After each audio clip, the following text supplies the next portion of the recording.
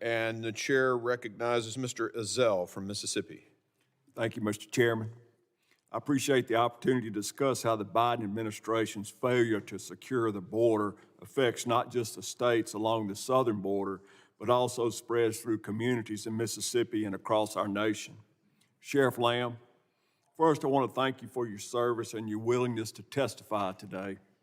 As a former sheriff, I applaud the work that your deputies and yourself are doing, and I know the increase in drug seizures has been great and a big burden upon you.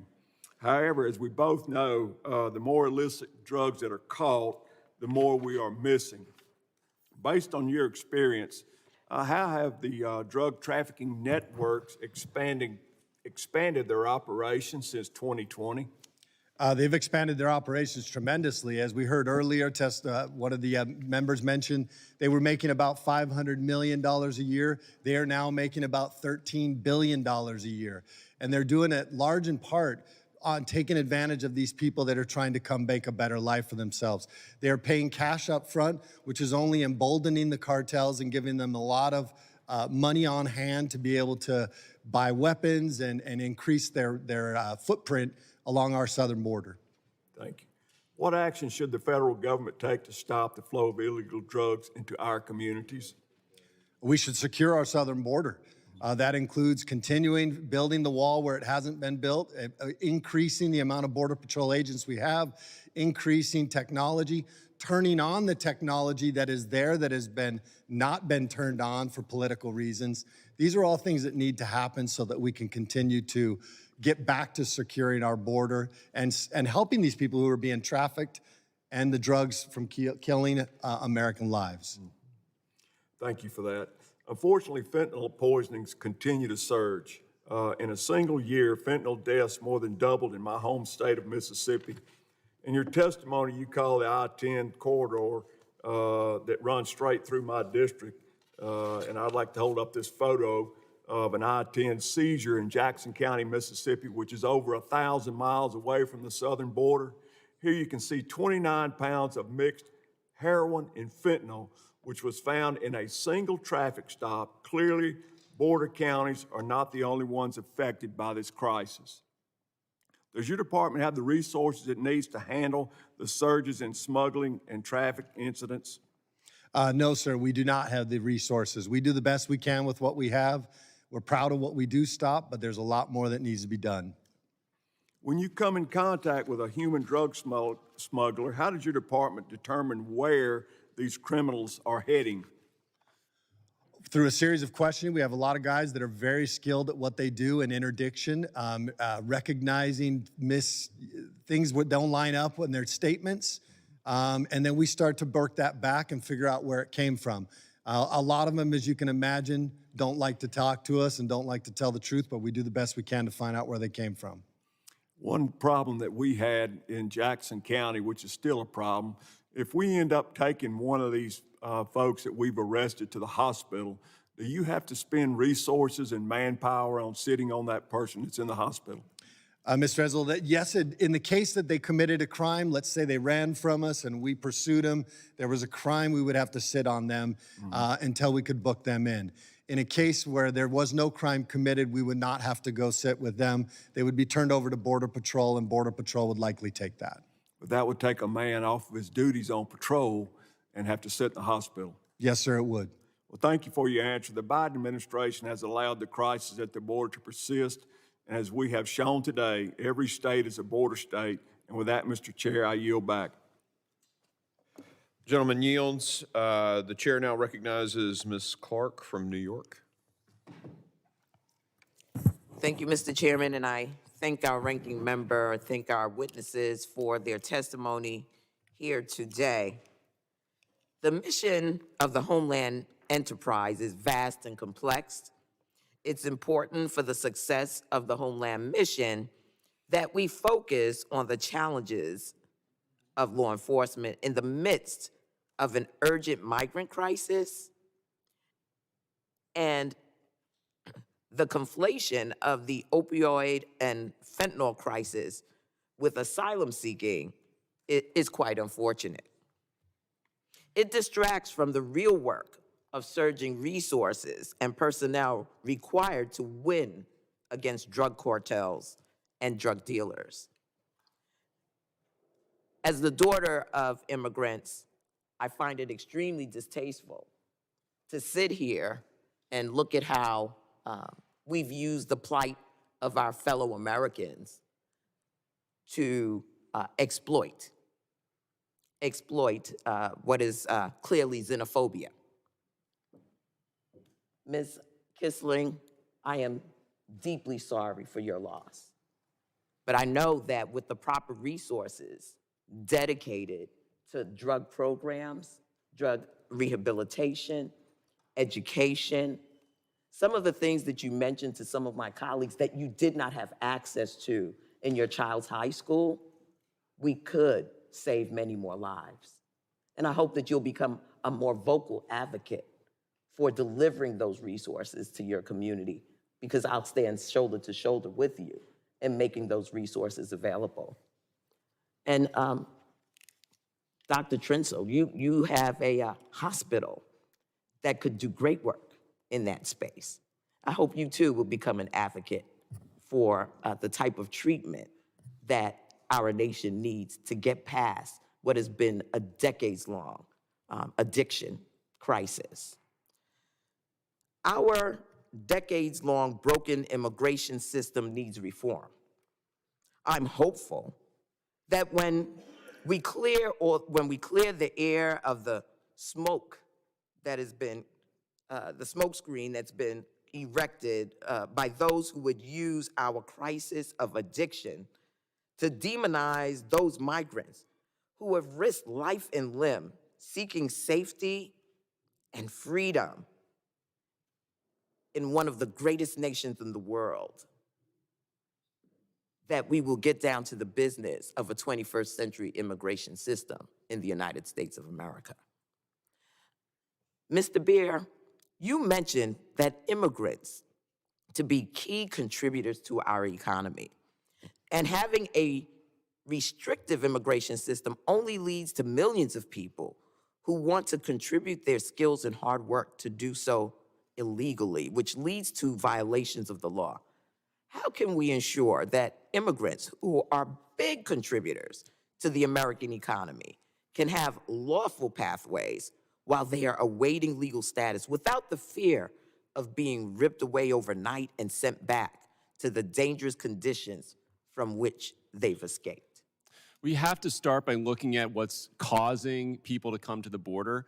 Of course, when you look at Cuba and Venezuela, these are socialist governments that have destroyed their economies and trapped people in poverty for many years now. Nicaragua is going in an authoritarian way. We've seen what's happening in Central America with the violence and crime there. Mexico, we hear all the testimony about the cartels and the violence that is occurring. People are coming because they're being driven out, not because they really want to leave their homes. And so we need processes and procedures that allow them to apply to come legally. And that will free up resources for law enforcement to come. We've already seen successful programs to do this, whether it be the Ukrainian program we talked about earlier, or the programs for Venezuela and these other countries that were just rolled out in January, saw a massive drop in people arriving. That's because people know if they can apply legally, if there's a viable shot, they will go the legal route because of all of the risks coming illegally to this country. Thank you very much, and not to mention Haiti. Of course, right, I'm sorry for... With that, Mr. Chairman, I yield back.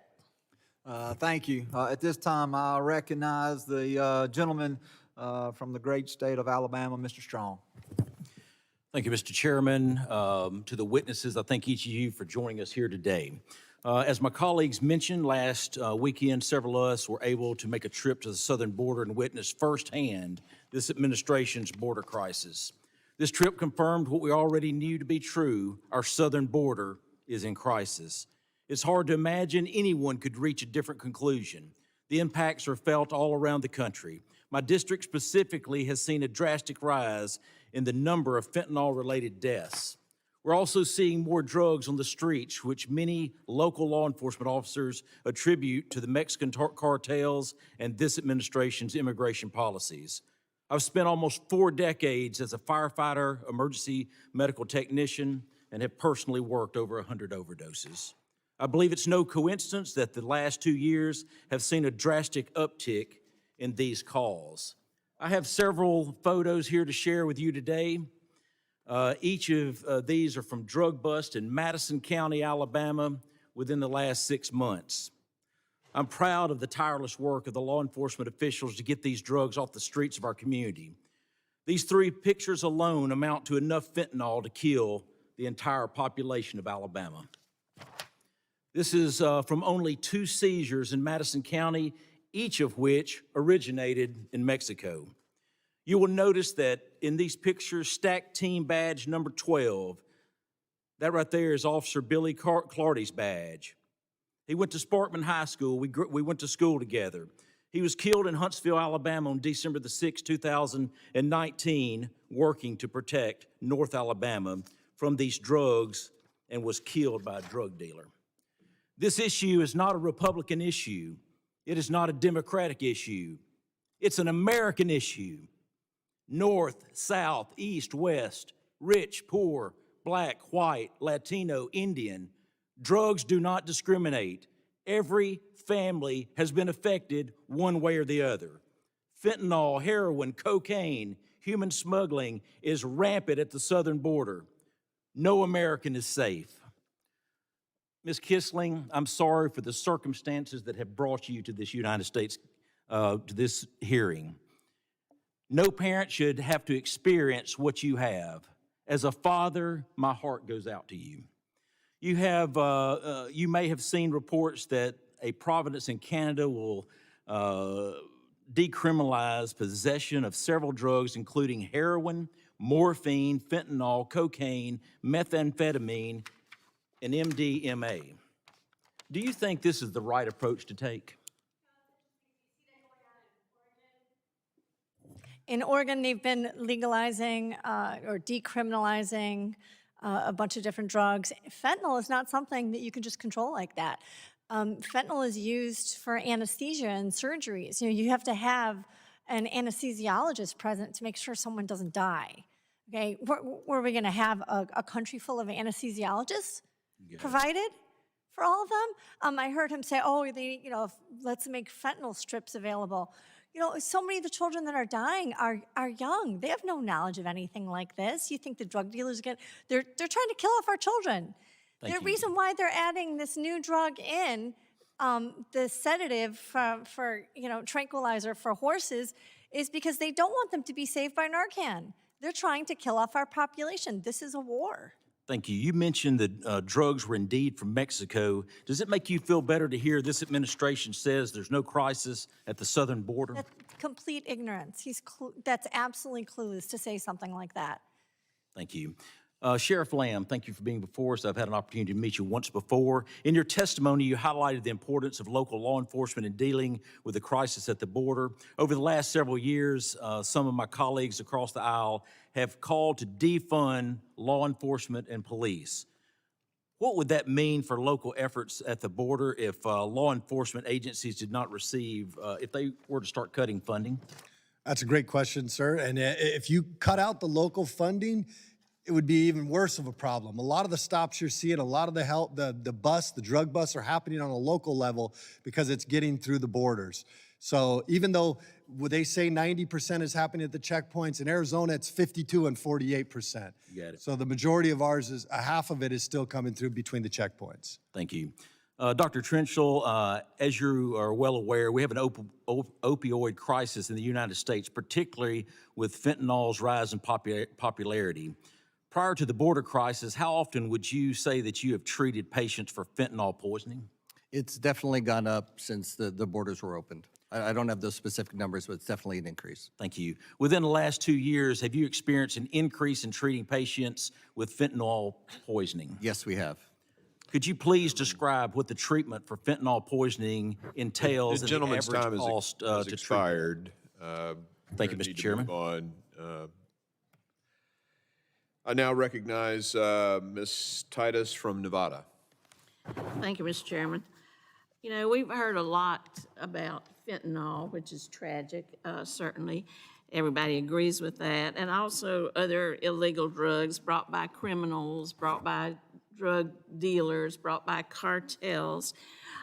This is a crisis at the border. But I want to go back to something Mr. Swalwell brought up a little bit, just for emphasis.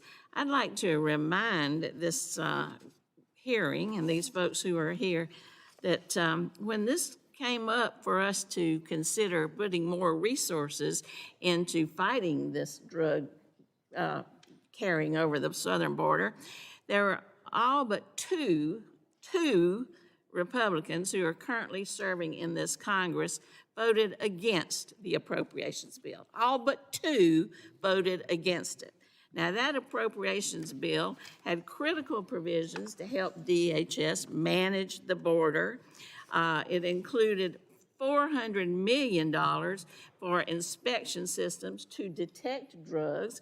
I'd like to hear from those people who think this is such a big problem, why they didn't vote for the resources to go after it, so we wouldn't have tragedies like the deaths from fentanyl. We wouldn't have the cartels coming over here. We wouldn't have the crisis at the border. We would be doing something about it.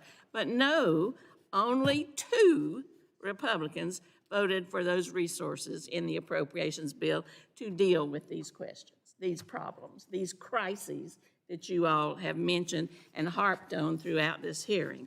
I'd like to change the subject just a little bit to talk about the immigrant communities in this country. I live in Las Vegas. It's an international city. People from all over the world come there, and people from all over the world live there. We have growing populations from Asia as well as from Latin America. They work back of the house, front of the house, gardening. They are contributing members to the community. And I have a lot of mixed status families. You will have one person who is a citizen, one person who is a dreamer, one person on TPS, and one person who may not even know what their status is, but they are all contributing to the economy. Mr. Barrow, would you talk a little bit about some of the ways, positive ways, that immigrants who come here do make contributions to our economy, to our culture, to our society in general? Of course. I mentioned $250 billion in state and local tax revenues that are paid by these people. They work at higher rates. They are employed in occupations that actually create jobs for other U.S. workers. So if you look at a restaurant, you'll see the immigrants. A lot of times they'll be working in the back of the restaurant, creating jobs for Americans in the front of the restaurant. The same thing goes on across the entire economy. These people are contributors. They're expanding the economy by trillions of dollars every year. That's helping bring down the cost of goods and services, because the more our economy grows, the more items are available on the shelves of every store in America. And that's a benefit directly to Americans. I just met with the National Franchise Association and the Latin Chamber in Las Vegas. And we were talking about how franchises often help people become more prosperous and contribute to the community because they fund the little league teams and things like that. Most of the franchises in Las Vegas have been opened in the last several years by immigrants, women. Immigrant women are going into small businesses and building those numbers just as you see. And we know that immigrants are twice as likely to be entrepreneurs than U.S.-born residents. It's part of their culture, right? If you're willing to get up and be entrepreneurial enough to come and change what country you're living in, you are willing to take another risk to start a business and contribute in that way, which also benefits consumers by having another option available to them. Could you mention briefly, you said it before, but about the guest worker programs that could go all year that might be helpful to areas dependent on tourism like Las Vegas? Oh, absolutely. So we have two seasonal guest worker programs for non-agricultural and agricultural, but you cannot get a guest worker visa for industries like dairy and livestock that are year-round and have a need throughout the season. Of course, also in Las Vegas, you're dealing with tourism. Again, they're ineligible for these visas because of the fact that you have to show it's a seasonal nature, a temporary job. And so that restriction is ultimately creating this process why people come over to fill those jobs. They're coming in illegally because there's not a legal option available to them. is no longer just a season in Las Vegas. It's a year-round. Yes, absolutely. And it's, you know, the growth of tourism industry in many places, desperate for workers. And you're seeing, I've seen it, I'm sure every member of this committee has seen it, the decline in service as a result of the worker shortage throughout the country. Thank you very much. I yield back. Gentleman